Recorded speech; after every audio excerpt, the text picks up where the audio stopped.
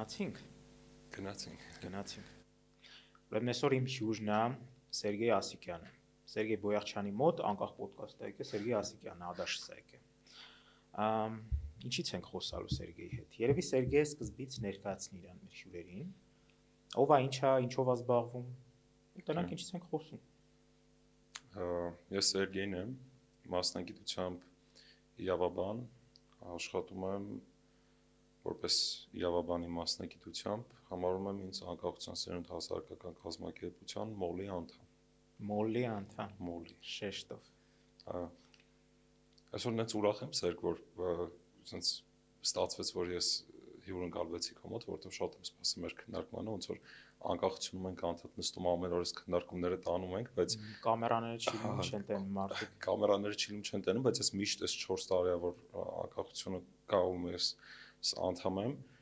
միշտ շատ ուզացել եմ, որ այն խոսակցությունները, որ մենք մեր վերևի հարկում ունենում ենք օֆիսում, այդ խոսակցությունները հասանելի լինի լայն շրջանակի մարդկանց ու հիմնականում որ ինչ-որ post եմ անում օրինակ Facebook-ում, չգիտեմ, օրինակ մեր հասարակության տարբեր խնդիրների մասին կամ մեր հասարակական մտածելակերպի մասին, անդադ արձագանքում են մարդիկ, հետաքրքրված են, ուզում են ինչ-որ պատասխաններ ստանան կամ ինչ-որ քննարկման մեջ մտնեն, ու ես շատ անգամ այդ մտքերը, որ post եմ անում, ստանում եմ անկախության սերնդի այս մեր քննարկումների արդյունքից ու մի կողմից լավ է, որ դու կարող ես այդ հանրայնացնես, մյուս կողմից վատ է, որ իրենք չեն կարող ուղիղ մասնակից լինեն այդ խոսակցության, հա։ Հիմա այս ոդկասթը, որ մենք կարողացանք սարքենք այս ստուդիան անենք, իմ կարծիքով շատ լավ հնարավորություն է, որ այն ամեն ինչ կատարվում է մեր քննարկումների արդյունքում կամ ամեն ինչ կատարվում է մեր անկախության, անկախ ուղեղների շրջանակներում, արդեն մենք կարող ենք հանրայնացնենք, սաղ ունենան դրան դոստուպ, դա շատ լավ են վերաբերվում։ Այո, մենք կարանք դաժե ասենք էլ մեր դիտորդներին, որ այդ քննարկումների ժամանակ շատ կռվում ենք, էլ չենք համաձայնում եւ այլն, բայց ասում եմ, ճշմարտությունը քննարկումից է, չէ՞ դուրս գալի։ Հա, ուստը գիտես ես ինչն եմ գնահատում, որ կարծում Հայաստանում չկա տենց պլատֆորմ, որ կարապահովի այդ որակը,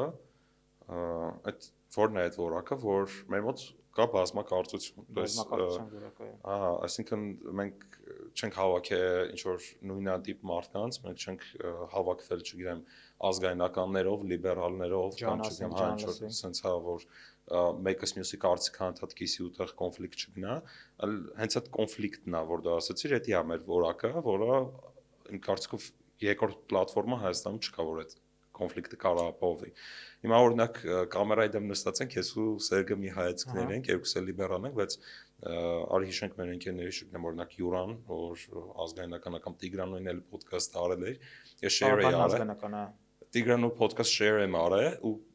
լիքը մարդու համար անհասկանալի է, խեմ ես դա repost արել ու վրան գրես ընդհանրապես համաձայն չեմ Տիգրանու կարծիքները, լիքը մարդ ոնց որ բախի share արել, լավ եմ արել, որովհետև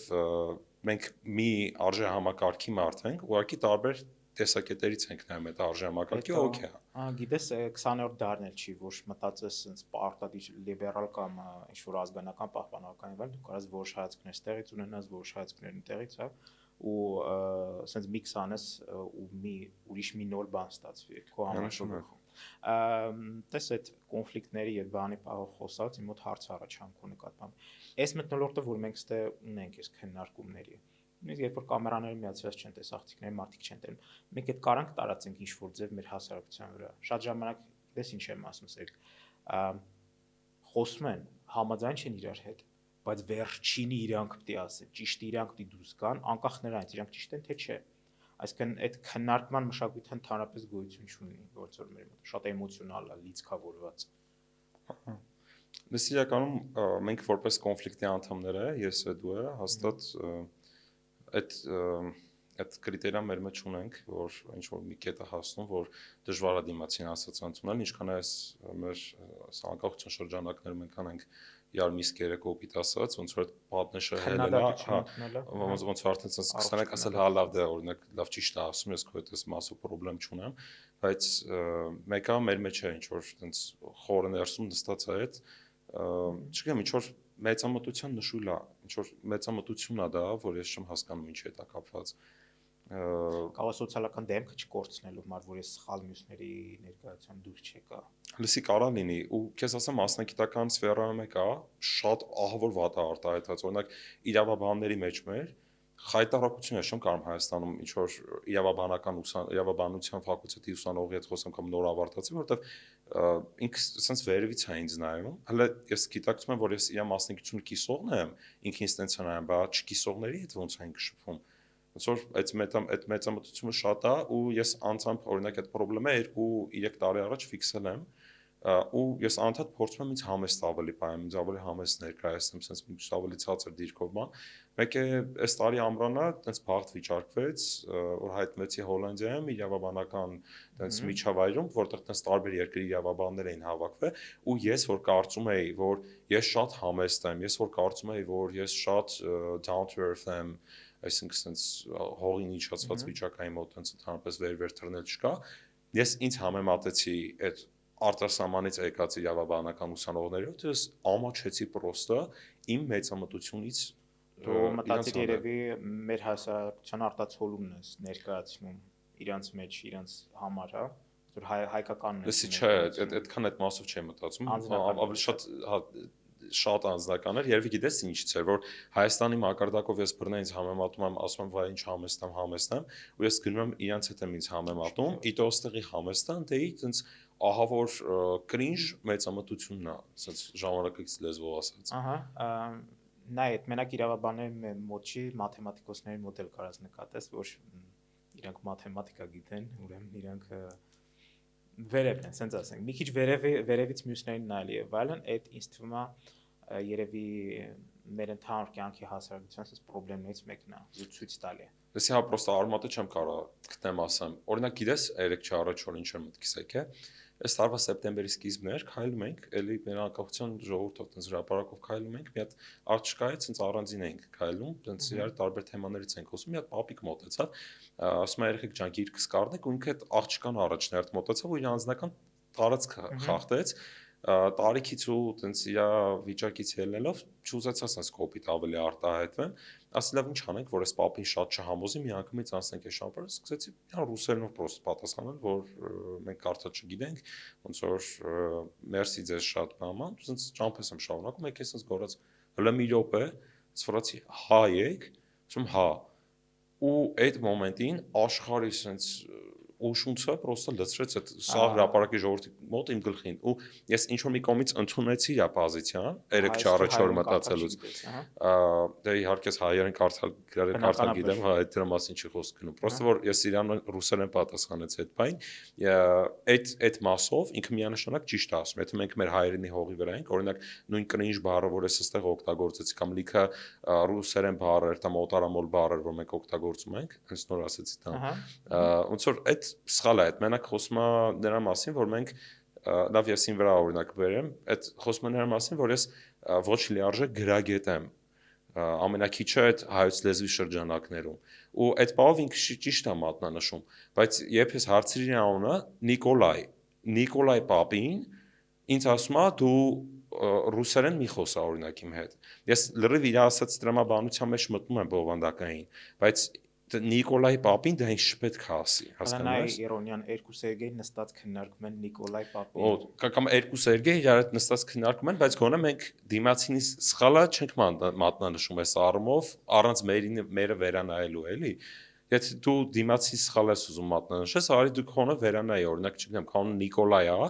որը ամենամեծ օտարամոլության նշանն է, ոնց որ չգիտեմ, իմ անունը օրինակ Սերգեյ է, ես այդքան հաս չեմ նրա հետ, որ հայ հասարակությունում իմ անունը Սերգեյ է, ու իմ գիտակցման շրջանակներում դրա համար ես դիմացինը մի քիչ ավելի դժվար կմատնանշեմ, բայց Նիկոլայ Պապին առաջին հերթին իր անունը պետքա գնա փոխի Հայկ, նոր գա ինձ ասի դու ռուսերեն մի խոսա, որտեվ չի կարա օրինակ օտարամոլության կրիտերիա կրող մարդը իր անվան ազգանման մեջ առանց իրան վերանայելու դիմացինին մատնանշի ու դա էլ է խոսում մեծամտության մասին հասկանում ես դա էլ է մեծամտություն ես կա դրա մեջ բայց ես համաձայն չեմ նրան որ օրինակ պիտի անունը փոխի եւ այլն այդ մի քիչ բարդ թեմա է ինչի համար տես ենթադրենք անունը փոխեց անունը ցենց մեր համար ուղակի մի բառ չէ ոնց որ մեր ինքնությունն է դրա մեջ ցենց ինչ որ մենք ասոցացվում ենք դրա հետ հասկանում ես, հա թեորիայում հա ճիշտ կլներ, որ անունը փոխարեն որ հայ մաքուր հայության մասին խոսար այդ մարդը, բայց այդ երևույթները որ տեղի ունեն Սերգեյ, զուտ մշակութային ազդեցությունների ալիքներն են։ Օրինակ, տես մեր գրականությունը եթե կարդում ենք, շատ զտած է, չէ՞, մաքուր հայկական սիրուն բառեր են օգտագործում, բայց մենք ամենօրյա խոսակցությունների մեջ կարող ենք օգտագործել թուրքերեն, պարսկերեն բառեր եւ այլն։ Նարդի ենք խաղում, օգտագործում ենք թուրքերեն ու պարսկերեն այդ թվերն ենք ասում եւ այլն, հա։ Դա մտած է այդ մշակութային ազդեցությունը երկար տարիներ իրանց հետ, իրանց իշխանության տակ ապրելու ու ասենք մի օրվա մեջ դա չի մաքրվելու անցնի։ Հիմա թուրքերինն էր, պարսիկներն էր, սովետական միություն, ռուսերենն էր ու հիմա ասած գլոբալ ինչ-որ անգլիսիզմներ են մտնում եւ այլն։ Բայց առհասարակ այդ թեման շատ արծարծել, ինչն է հայկական, ինչը հայկական չի, ինչն է մերը չի, իմ կարծիքով մի քիչ անիմաստ է ալնում, որտեվ արի հələ ուղղնայինք։ Ինչ ասեմ, նախագահը որ մենք ունենք, դա հայկական ինչ-որ պաշտոն չի, որ մենք ենք հնարի եւ այլն։ Այս ջինսը, որ ես հագնում եմ, սա միգուցե հայկական արտադրանք է, հա, բայց ես չպետք է նստեմ նոր բառ մտածեմ դրա համար, հա, հայկականությունը պահելու համար։ Դրա արժեք ես դրան չեմ տեսնում։ Միանշանակ չի կարելի խոսքի ասել, ինչ ասեմ, կուխնի, եթե կարաս ասես խոհանոց, բառ չէ բառերն օգտագործել այդ ձևով հայկականությունը մատնանշել, բայց ոչ շատ խորանալ, որովհետև առհասարակ ինչ ազգություն էլ իջելնի, խառնումներից են ձևավորվում։ Ես դեռ համաձայն եմ, պրոստը հարց պետք չի ծայրահեղությունից ծայրահեղություն դիտարկել։ Մի հատ հիշեցրես որ ռադիկալիզմին կանադառնանք, այդ ծայրահեղականությունը։ Պետք չի ռադիկալիզմին մեկ էլ այդ բանը լեզվի ոստիկանների, հա։ Okay։ Պետք չի ծայրահեղությունից ծայրահեղություն դիտարկել, որ եթե դու ասում ես արի օրինակ մենք օգտագործենք անունների հայաֆիկացված տարբերակությունը, մենք ջինս չպետք է ասենք, որովհետև ոնց որ դու նշեցիր, անունը դա քո անձի ինքնությունն է, իսկ ազգանունը դա քո ազգի ինքնությունն է։ Հիմա եթե մեր անուն ազգանունները, նմանդ ազգանունները վերցրած են մեր ստրկացման շրջանակներում, չգիտեմ, մեր վրա իշխանություն տածած ազգերից, այդ լավ չի, մենք պետք է թարգմանենք դրանք։ Թարգմանենք կամ փոխենք։ Ես անունը օրինակ իմ անունը Սերգեյ է, ես չեմ պատրաստում դա փոխեմ, որովհետև իմ պապու անունն է դրել, իր հանդեպ հարգանքից ես երբեք դա չեմ փոխի։ Բայց ազգանունների մասով կարելի է դա գոնե վերանայել, որովհետև ազգանունը ազգին ավելի շատ է մատնանշում ու ավելի քիչ պերսոնալիզացված է, քան անունը։ Բայց դու չմոռանաս, որ ազգանունը դու լայն իմաստով ասեցիր ազգին է բնորոշում, բայց ազգասելով մենք նաև ցեղ նկատի ունենք։ Թեկուզ ընտանիքը լայն ընտանիք իմաստով։ Էդ էլ է նամանավանդ ու որ ասում ես դա փոխենք, որ չգիտեմ, ես դժվար կլինի իդենտիֆիկացնել, խի Հովանես Քաջազունին որ գնացել է ազգանունը փոխել կամ Սիմոն Վրացյանը իրենց դժվար է իդենտիֆիկացնել։ Իրանք հիմա պատմության մեջ մտել են իրենց հայկական ազգանուններով, ոչ մեկ չի հիշում Հովանես Քաջազունն ու իսկական ազգանունը ցանվալ ժամանակվանից կամ Սիմոն Վրացյանը։ Բայց օրինակ եթե հայկարակ օրինակ նայենք, Սերգեյ Փարաջանովին է օրինակ։ Ինչ լավ կլներ, որ մենք սովետական պերիոդից սկսած ինքն է մատնանշել, որ եկեք ինձ դիմեք Սարգիս, ոչ թե Սերգեյ։ Դետես մեզ երբ հարմարանում ենք, երբեմն դա անում ենք, չէ՞։ Օրինակ մեր նկարիչների եւ այլն, որ ռուսական կայսրություն են կայացել կամ գրող եւ այլն։ Երբ պետք է մենք դա անում ենք։ Այվազովսկուն կարելի է դիմել որպես Այվազյան, չէ՞։ Ու շատ ժամանակ դա արվում է մեր կողմից, եթե մենք հարկ ենք համարում։ Այստեղ ինչն է հարցը։ Այն process-ները, որ դու օրինակ շեշտում ես, օրինակ տեղի ունեցել հрьяաների հետ։ Իրանք շատ ունեն, չէ՞, գերմանացված ինչ-որ անուններ եւ այլն։ Երբ որ լսում ես խոսքի հեչպես Ալբերտ Էյնշտեյնը դու հասկանում ես, որ դա կարաս ասես հրեական ազգանուն, բայց գերմանական այդ հնչյունները լսվում է դրա մեջ։ Այդ process-ները եղել է, դա նույնիսկ հետսովետական երկրներում երբեմն դա տեղի ունեն, օրինակ Տաջիկստան եւ այլն, իրանց բարձր պաշտոնյաներ եւ այլն, այդ ով վերջավորությունը կտրում են ռուսների կողմից ստացած, հա։ Փարաջանով, ախր դա շատ կարևոր է հասարակագիտակցության համար։ Դա տեղի է ունենում։ Բայց նաեւ էլ մասն սիտուացիաներ, չգիտեմ ինչ կարծիք ունես, երբ որ օրինակ քո ասած զավթված ժողովուրդները ազատվում են, բայց շարունակում են կրեն այդ իրանց ճնշող ժողովուրդների անունները, ազգանունները դա իրենց չի խանգարում որևիցե ձև կայանալ։ Ասենց ասենք Մեքսիկան, որ իսպանացիները զարթել են, այդ խառնված բնակչությունը էլի իսպանական անուններ եւ բանա գրում ու իրենց դա չի խանգարում մեքսիկացի։ Դրա համար մեքսիկացիք մինչև հիմա խոսում են օրինակ իսպաներեն ու լիքը մշակութային ապրոպրիացիա ունեն Իսպանիայից վերցրած, որը այդ իրանց էթնիկ մտածողության հարցն է, իրանց մտածելակերպի հարցն է, ես քեզ ասեմ, որ մեքսիկացիք չունեն նենց մշակութային գոյատևման հարց, ոնց որ մենք ունենք մեր ռեգիոնում, ու Մեքսիկայի ռեգիոնում շատ է տարբերվում մեր ռեգիոնից, եթե արի հաշվի առնենք։ Ու իսպանական որպես նախկին կոլոնիա Մեքսիկայի հանդեպ հարաբերությունները լրիվ ուրիշ են, ու այն ազգերը, որ մեզ են ենթարկե փաստացի ստրկության, մեր հետ էին ներկայիս հարաբերությունները լրիվ տարբեր հարթություններ, ու երբ մենք խոսում ենք անկախությունից, առաջինը պետք է սկսենք մեր ենթագիտակցական անկախությունից, քո ենթագիտակցությունը պետք է հասնես այդ անկախության մակարդակին, նոր ինչ-որ լոզունգների հետևից դա ենթագիտակցության օրինակ անկախության դրսևորումներից մեկն է, որ օրինակ ենթադրենք տաքսի ես նստում, ինչ-որ խոսակցություն է այդում վարորդի հետ, ու ինքը ասում է քեզ ոնց է եղանակը Մոսկվայում։ Չգիտես։ Շատ լավ կարող լինի, նաև արմիկ չէ խոսանք այն մշակութայինի մասով, ես այս թեման շատ եմ սիրում, որ չգիտեմ, անդադ մենք բացում ենք թուրք բլոգերներ ենք նայում, մի հատ իմ բանի մեջ, իմ այդ Instagram-ի ռիլերի մեջ ռեկոմենդացիա է գալի, մի հատ ադրբեջանցի sense տատի բլոգեր է, որը սարքում է Ղարաբաղյան իր ձևով գրած, ես ոնց ասում եմ, իր պատկերացման շրջանակներում Ղարաբաղյան գաթա, ու ես ունեմ հայ ուսանող բաներ, հետևորդներ, ովքեր իրան էլ են հետևում։ Ես չեմ հասկանում այդ տրամաբանությունը։ Իրանք անդադ դնում են, չգիտեմ, նայում են օրինակ այդ ադրբեջանցի տատի մի անգամ ինքը կսարքի բորշ, մյուս անգամ ինքը կսարքի չիզքեյք ու երրորդ անգամ ինքը կսարքի սենց ասված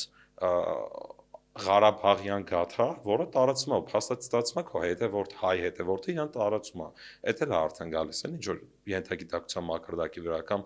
երբ մենք օրինակ դնում ենք նայում ենք Վիլիկալեպնի վեկը Հայաստանում տատիների շրջանակներում շատ տարածված սերիալ է կամ ես հիշում եմ որ դպրոցում ենք սովորում աղջիկները մեր դպրոցի դասային աղջիկները նայում էին ինչ որ Զապախ կլուբնիկի թուրքական սերիալ որտեղի տղամարդիկ sense իդեալականացված տղամարդու կերպար են ստեղծում բայց իրանք չեն հասկանում որ այդ նույն տղամարդու կերպարը կամ Վիլիկալեպնի վեկի մեջ sense աստվածացրած սուլթանը որ ունի sense շատ առնական տեսք ու sense տղամարդու իդեալը համարում այդ սուլթանը եկե մեր կանանց հայ կանանց բռնա բարել է մեզ սպանել է մորթել է բայց 21-րդ դարում մենք դնում ենք այդ սերիալները նայում ենք հերիք չնայում ենք մի հատ share ենք անում ասում ենք վայ ինչ բան է շտավ սերիալ է կամ այդ թուրք բլոգերները որ մի հատ բլոգեր կար sense աղեր ցանում օրինակ հա այդ բանը դարավ մոդա ու դրա արի հակառակ կոմնայինք բա որտեղից ենք մենք հասկանում որ դա պետության կողմից մշակված քաղաքականություն չի։ Կարող է այն մարդ որ հելը աղը սենց հալած է, կարող է դու որտեղից գիտես որ թուրքական պետական մարքետոլոգները, մարքեթինգային թիմը չի աշխատեն դրա վրա, որ ինքը աղը սենց լցնի, հայերն է դա տարածը։ Դե տես կարա այդ լինի, բայց այդ տղեն նախ քուրդ էր, ում դե որոշ հարցեր են ես հիշում կապված, որը մեր հետ իրական կապ չունի բան։ Ինձ թվում է սենց մի ուրիշ հարց առաջան։ Տես եթե դու փոքր ժողովուրդ ես, չնայած նրան օրինակ ենթադրենք նախկին այդ կայսրության սահմանները որ նայենք օրինակ Ռուսաստանի եւ այլն, այնց կայացած մշակութային հիմք ունեցող ժողովուրդներ տարածաշրջանում մենք եւ վրացիներն ենք եղել։ Հարուստ գրականությամբ, ճարտարապետությամբ, հա, տառերով, այբուբենով եւ այլն։ Համենայն դեպս այդ ամեն ինչը այնքան փոքր է, այդ բաժնե մասը այսօրվա ժամանակի սոցիալական մեդիաներում եւ այլն։ Instagram դու կարաս պատահես վստահեմ 1000 հոգի 10000-ներով, միգուցե 100,000-ներով թուրք բլոգերների, բայց նույն որակի կոնտենտը մշակող ենթադրենք հայերը շատ ավելի քիչ են, մատերի դրեն հաշված լինեն։ Զուտ այն երևույթն է ոնց որ գերակշռում, որ քանակը որակը ապահովում ու ինքնին տարածվում է։ Պատկերացնենք sense, նայ, նույնիսկ եթե բան ենք ուզում սովորենք, չէ՞, նայ, մեր համալսարաններում ես էլ դու էլ համալսարան այդ փորձը ունենք։ Նյութը տրամադրվում է ենթադրենք հայկական համալսարաններում շատ ժամանակ ռուսերեն։ Ինչի որտեվ հայերենը չնայած նրա որ շատ սիրուն է ու շատ հարուստ լեզու է, ուղղակի չունի մասնագիտական այդ նյութը հայերենով։ Դա մեծ խնդրեմ է մեր համար։ Ինչի դա միջև մի հայերեն չի թարգմանվել։ Այսինքն փորձում ես դու հայերենով ինչ որ բան սովորես on-line, ենթադրենք, չկա նյութ։ Ռուսերենով ես փորձում բավականին մեծ է, անգլերենով անսահմանափակ է։ Այսինքն այդ քանակը որակի վերածմանն էլ է դեր խաղում։ Եթե պատկերացրած եք մենք ելնեինք 20 միլիոն, պատկերը կարող է ուրիշ ձև լինել։ Ես լրիվ համաձայն եմ, ես այդ թեզը ընդհանրապես չեմ մերժում, որ քանակը իրականով որակ է վերածում, բայց մյուս կողմից հարցում ենք ուզում ենք որակ ստեղծենք։ Ասենք մի հատ մտեք Հայաստանի համալսարանների իրավաբանական ֆակուլտետ, այնտեղ հաստատ նենց պոտենցիալով երեխեք կան, որ ինձնից ավելի լավ իրավաբան է լինելու, որ ես իրենց կխնդրեմ, որ ինձ լիքը բան սովորացնեն, դրա մասին չեմ խոսում։ Պետք չի տենց անհատականացնել։ Բայց մի հատ ընդհանուր համակարգային նայենք, մտնում ես օրինակ Երևանի պետական համալսարանի իրավաբանության ֆակուլտետ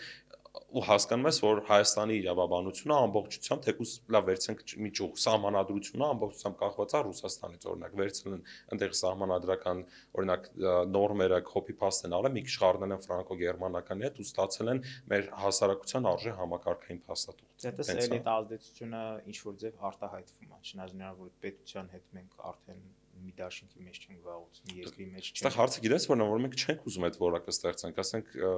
չպետք է էլի մեր հայկական համալսարանների երեխեքը մտնենք արդեն ռուսական փիլիսոփայություն ու իրանց իրավական արժե համակարգը դրա վրա հիմնած։ Դա շատ լավ է, որ բազմակողմանիություն կա, օրինակ դու մտնես մի հատ նայես ամերիկական, մի հատ ռուսական, մի հատ անգլիական, մի հատ գերմանական, ֆրանսիական, դու համեմատես հասկանաս, բայց երբ դու քո մտածելակերպը, մտածողությունն ու այդ մասնագիտական արժե համակարգը հենում ես ընդհանրապես մի համակարգի ստեղծածի վրա, այդ ստացվում է, որ դու իրանը պրոստը շատ վատ կոպի ես անում ու դու իրանով պետք է աշխատես։ Օրինակ,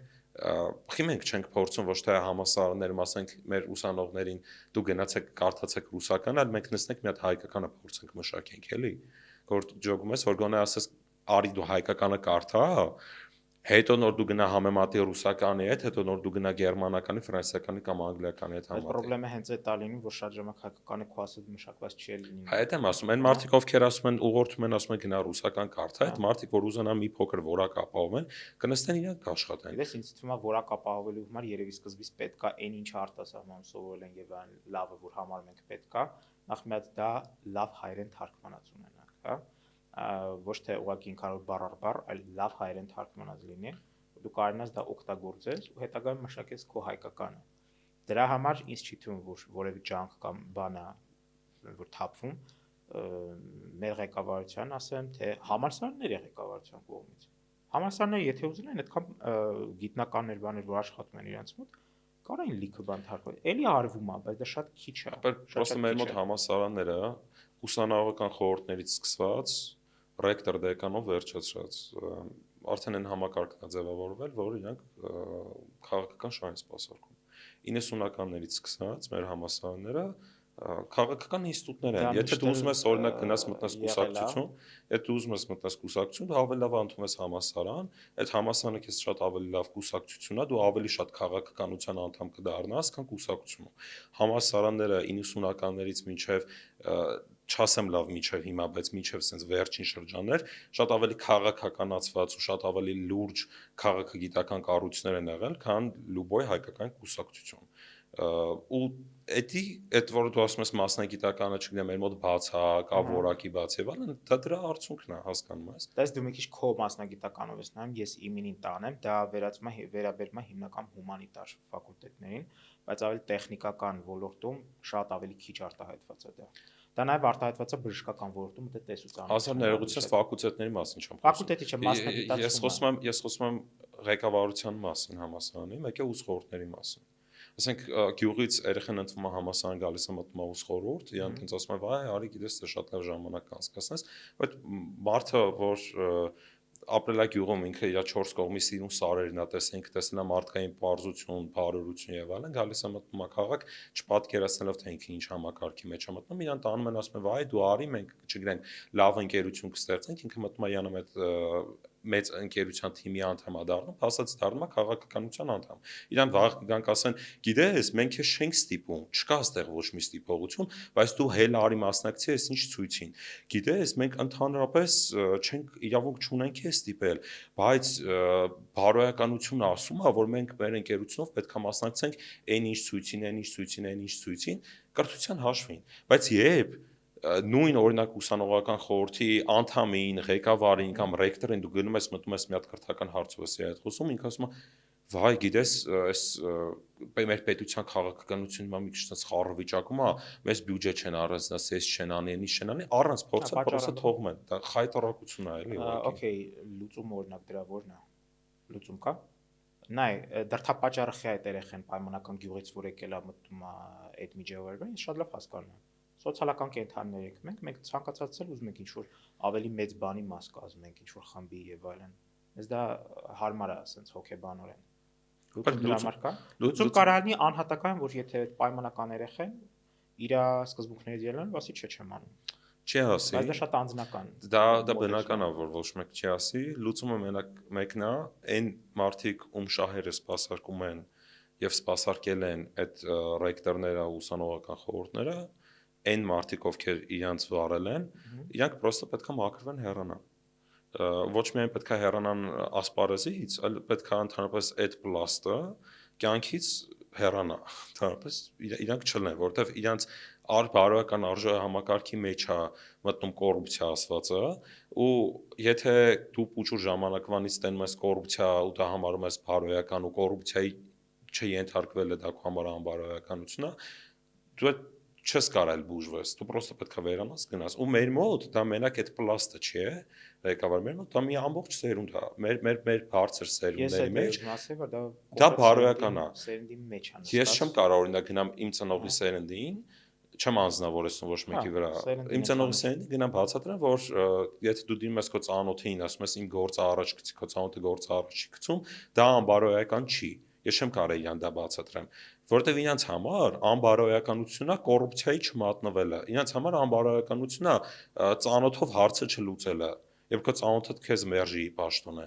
իսկ կոռուպցիան դա միանշանակ բարոյական է չես կարող այդ մարդուն ընդհանրապես փոխես պրոստը պետք է սպասես այդ սերունդը ցած ծրվի գնա ու այդ կոնկրետ ղեկավար պլասն է իրենց հետ էտա ես ուրիշ լուծում չեմ տեսնում իմ մտածողության էլի սահմաններում իրականում ու էլի դա մեծամտության արդյունք է ոնց որ ինչ թեմայից մենք խոսանք մեկ ավսենց պատտվելու ենք ասենք մեծամտությունը մենք մեր սխալները չենք ուզում տենանք մենք մեր սխալները չենք ուզում ուղենք մենք հարցերի լուծման ավելի հեշտ ճանապարհներ ենք ման գալիս որովհետև ինչի ես դժվար ճանապարհով գնամ թող դիմացինս դժվարով գնա ես ավելի լավն եմ քան ինքը լրիվ մեծամտության արդյունք է որ ասեցիք իշասնես ռադիկալիզմի մասին ոնց որ ծայրահեղականությամբ նայելն է գնալ ծայրահեղությունների դա ոչ միայն մեծամտություն է որտեղ ծայրահեղությունը միջոց է տարբերվելու ձևն է որտեղ ծայրահեղականությունը ինքը մեծամտություն է պահանջում եթե դու այտենց չերես շուռ ինքնավստահ չնես քո վրա դու երբեք չես կարա դիմացինի ծայրահեղական գաղափար հրամցնես իսկ ծայրահեղականությունը հրամցվում է դա ոչ միայն մեծամտություն է այլ դա գետ մեծամտություն է այսինքն եթե օրինակ կարա լինի օրինակ ցենտրիստ մեծամիտ ինչ որ sense կալորացված գաղափարներով մշակված ինչ որ շատ երկար փիլիսոփայության ուսումնասիրած եւ այլն sense խորը գիտելիքներ ու պատկերացում աշխարհայացություն ունեցող մարդու կողմից մեծամտություն դա ինչ որ չափով ընդունելի է բայց երբ լոզունգների վրա գնացող մարդու մեծամտությունն է դա կարծում եմ ինչ որտեղ նաև անբուժելի է հիմա մեր հասարակություն դրա մեջ է մենք անդադ գնում ենք ծայրահեղական լոզունգների դու կամ քեզ օրինակ կամ դու կամ քեզ այդ ինչ լոզունգ է ինչ է նշանակում կամ դու կամ քեզ այդ հիվանդ հասարակության երևի ցուցանիշներից մեկն է բայց մեծամտության առումով երևի համաձայն եմ բայց ես մի քիչ այս ձև եմ նայում այդ հարցին որ այդ կոնկրետ մարդկանց համար ոնց որ կայանալու ձև լինի այսինքն ես ընդհանուր մասսայից այդ մոխրագույն մասսայից տարբերվում եմ ես մի նոր գաղափար եմ արտահայտում ու ծայրահեղություններ այդ ծայրահեղությունները ասելով մի թեմա էլ ես շոշափեմ այդ լեզուն վերահսկելը մյուսների խոսալը վերահսկելը թե ոնց իրանք պետքա խոսան ասես պայմանական ասած լեզվի ոստիկան ելնել աշխատելը ես ինքս Սերգեյ ժամանակին տենց սխալներ արել եմ ասես մի քանի տարի առաջ ես շատ բուրըն արձագանքում էի դրան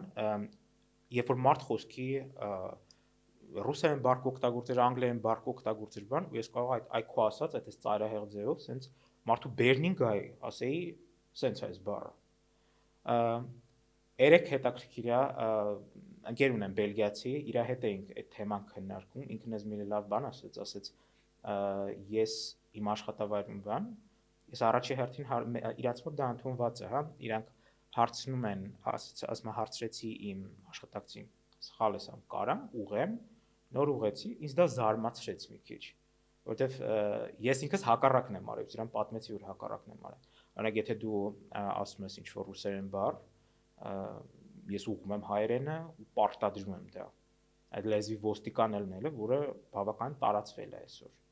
Հիմա ես հասկանում, որ այդքան էլ ճիշտ չի տենց բան անել, անդադ մարդկանց ցույց տալը, որտեղ դրան դու ոչ բան չես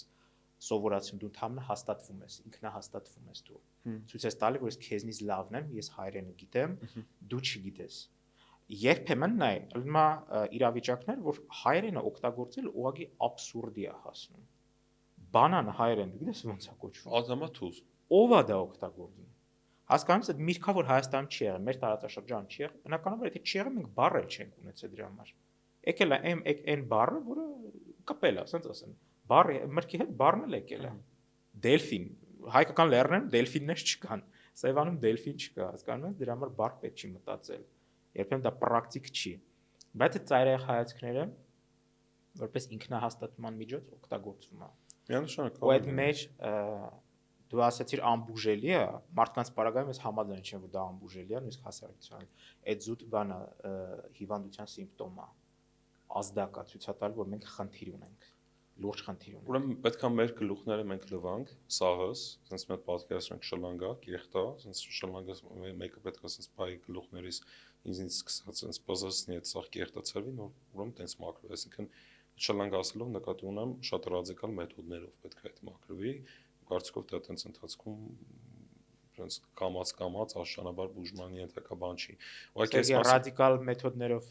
մաքրվի, էլի որ նույն թեմային չի տանում։ Այսինքն ոնց որ դու նույն սխալը չանես, հիմա ռադիկալիզմ։ Լսի, գիտես, քաղաքական փիլիսոփայությունում հարց կա։ Ասում է, կարելի է արդյոք պաշտպանել դեմոկրատիան ոչ դեմոկրատ մեթոդներով։ Ենթադրում եմ չէ։ Այդ արդեն վերածվելու է ավտորիտարիզմի։ Ուրեմն դեմոկրատիա չի կարող լինի։ Որովհետև դու ավտորիտարի հետ չես կարող դեմոկրատաբար խոսես։ Եթե քո դիմացին ավտորիտար է, եթե ինչ-որ ավտորիտար եկել է ու քո դեմոկրատական համակարգը ուզում դու իր հետ պետք է իր մեթոդով շփվես, որ քո դեմոկրատիան պայես։ Եթե դու իր հետ խոսես դեմոկրատական ավելի փափուկ կառուցողական մեթոդով, դու ճզմվելու ես։ Հա, տերորիստի հետ պետք չի բանակցել, իր մեթոդներով պետք բան անել։ Դե իրական իդեալական կլինի, որ տերորիստի հետ բանակցես ու ժամանակ ձգելու համար որպես խոսք ուղղակի։ Թեկուզ այդ մասով, բայց նայ այդ լեզվական ոստիկանությունը որ ասում ես, դերակամ շատ ավելի լայն է ու այդ լեզվական ոստիկանները ու տենց ռադիկալները իրանց վրա են այդ թիկնոցը գցե հայերենը պաշտպանելու։ Բայց այդ մենակ հայերեն պաշտպանելու վրա չի է։ Դա ուղղակի ասում եմ ինքնահաստատվելու միջոց է։ Չէ, գիտես ինչա, դա քո ազգի եսը պաշտպանելուց է գալի, այդ բնազդա, այդ արդեն մենք գնում ենք բնազդային մակարդակ, որը եկել է իմ կարծիքով, իմ սեփական գնահատմամբ 2020 թվականից հետո։ 2020 թվականից առաջ ես որ հիշում եմ օրինակ իմ շրջապատը ինչ լիբերալ էր, ինչ գաղափարներ էին քննարկում, ինչերից էին խոսում, օրինակ ադրբեջանցիների հետ ընկերություն անել, ֆրենդերում Facebook-ի ադրբեջանցիներ կան, Instagram եւ այլն, ասենց ադրբեջանական երգեր էին դնում լուսում եւ այլն, 2020-ից հետո իմ մոտ է դա շատ միանգամից փոխվեց ու ես էլ եմ իրականում լիբերալ։ 2020-ից հետո ես հասկանում եմ, որ ես պետքա գտնեմ ինչ-որ անկախության սերունդ կամ մտնեմ անկախության սերնդի մեջ, ինչի որտեվ այդ քո եսը պաշտպանելու, քո սեփականը պաշտպանելու բնազդը արտանում է այն բանից, երբ դու զգում ես, որ արտաքին վտանգ կա քո հանդեպ։ Ուղղակի այստեղ հարցը գիտես, որն է, որ ով չի կարում այդ բնազդը լավ կառավարի, ով տրվում է լիարժեք այդ բնազդին, ինքը միանգամից գնում է ծայրահեղականություն ու այդտեղից ստեղծում են լեզվի ոստիկանները, այդտեղից ստեղծում են գաղափարի ոստիկաններ եւ այլն ու նույն օրինակ վերցնենք Նժդեի գաղափարները, որ 2020-ից առաջ ես շատ հազվադեպ եմ հանդիպել, որ ինչ որ մեկը Նժդեի անունը вообще շոշափի տա։ Ես շատ հազվադեպ եմ հանդիպել ու դրա համար շատ ցավացել եմ։ 2020-ից հետո խնդրեմ շարունակեմ։ Ես իմ շրջապատի մասն եմ խոսում։ 2020-ից հետո իմ ամբողջ շրջապատը, причем այն լիբերալ շրջապատը որ կար, Նժդեի վզնոցներով է ման գալիս, սկսում է ցիտատներ գցել Նժդեի եւ այլն, Իմ համար Այս անհասկանալի նոր այդ կենթանականը աշխատել։ Բնազդային, այո, վտանգից բնազդն է արթնանում։ Ուղղակի այստեղ գիտես հարցը որն է, որ Նժդեի գաղափարախոսությունը դա շատ վեհ գաղափար է 20-րդ դարի Հայաստանի համար։ Իմ գնահատմամբ դա ամենաճիշտ գաղափարն է եղել Նժդեի ժամանակի համար։ Նժդեի իմ համար Նժդեը ոչ միայն ազգային մեծագույն գործիչ է, ում անունով մենք պետքա փողոցներ դնենք, ում անունով մենք պետքա հրապարակներ սարքենք, պուրակներ, ում արձանը պետքա մենք ամենտեղ կանգնեցնենք, ում մասին դպրոցում պետքա անցնեն։ 20-րդ դարի Հայաստանի համար ինքը բացի այդ գործիչը լինելուց նաև մեծագույն փիլիսոփա է իմ գնահատմամբ, բայց 21-րդ դարի Հայաստանում, երբ աշխարհը փոխվել է, արժե համակարգը փոխվել է, ընդհանրապես մեր մտածելակերպն է փոխվել։ 20-րդ դարի սկզբում, օրինակ դու ջինս չէիր հագնի, եթե դու 20-րդ դարում ապրել, դու չէիր հագնի ես, դու օքեյ բառը չէիր օգտագործի եւ այլն, դու չէիր կարող լսել ամերիկական երաժշտություն, դու չէիր կարող նայել կինոներ ֆրանսիական եւ այլն։ Հիմա դու կարող ես այդ անես։ Ուրեմն դու 20-րդ դարից զարգացել հասել ես 21-րդ դար, ու դու չես կարող ապրես 20-րդ դարի բարոյականությամբ, հասկանում ես, մենք հիմա